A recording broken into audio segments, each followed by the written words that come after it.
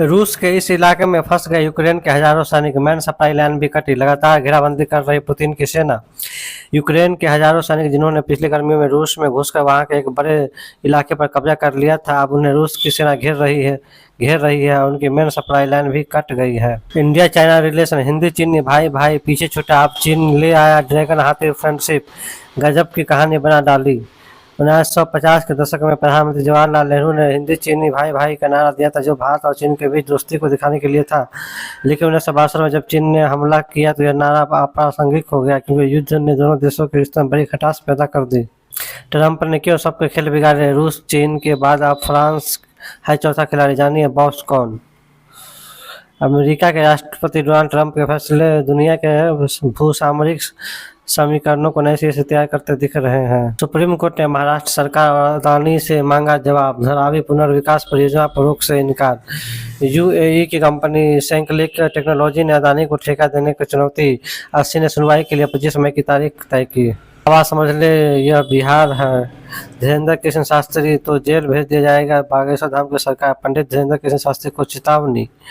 पंडित धीरेन्द्र कृष्ण शास्त्री 10 मार्च तक बिहार के गोपालगंज में है। हनुमान कथा का आयोजन किया गया है। बाबा के बिहार आने के पहले से ही सियासी गलियारों में खूब बयानबाजी हो रही है। सोलर पैनल सब्सिडी योजना, सोलर पैनल लगवाने का सुनहरा मौका सरकार दे रही है। जबरदस्त सब्सिडी, ऐसे उठाए पूरा फायदा। आज के समय में बिजली की बहुत सी खबरें आती रहती हैं और साथ ही कुछ लोग बिजली और बिजली बिल से बहुत परेशान रहते हैं।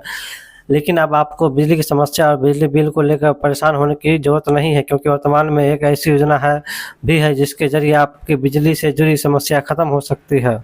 बजट में हुआ था ऐलान, 1 अप्रैल से होगा टीडीएस और टीसीएस में बड़ा बदलाव, जानिए क्या होगा असर। केंद्रीय बजट में सरकार ने टैक्स से जुड़े कई खास बदलाव का ऐलान किया है। खासकर टीडीएस और टीसीएस को आसान बनाने के लिए कुछ बदलाव किए गए हैं। यह बदलाव 1 अप्रैल 2025 से लागू होने वाला है, जिसका मकसद आम टैक्स पेयर्स और कारोबारियों के लिए टैक्स नियमों को आसान बनाना और अनावश्यक परेशानी को खत्म करना है।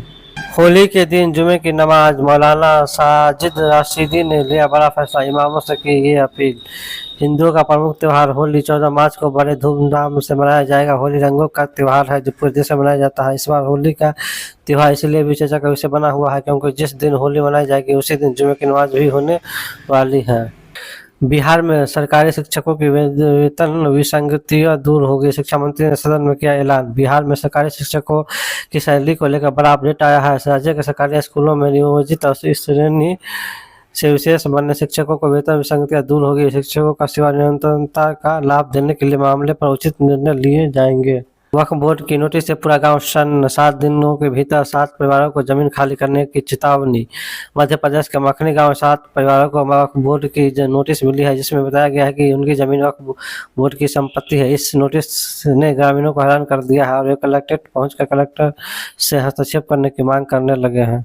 पटना में सफारी ने बाइक ऑटो को उड़ाया, 3 की मौत, नशे में था ड्राइवर। पप्पू यादव ने ऑटो की बॉडी तोड़कर लोगों को निकाला।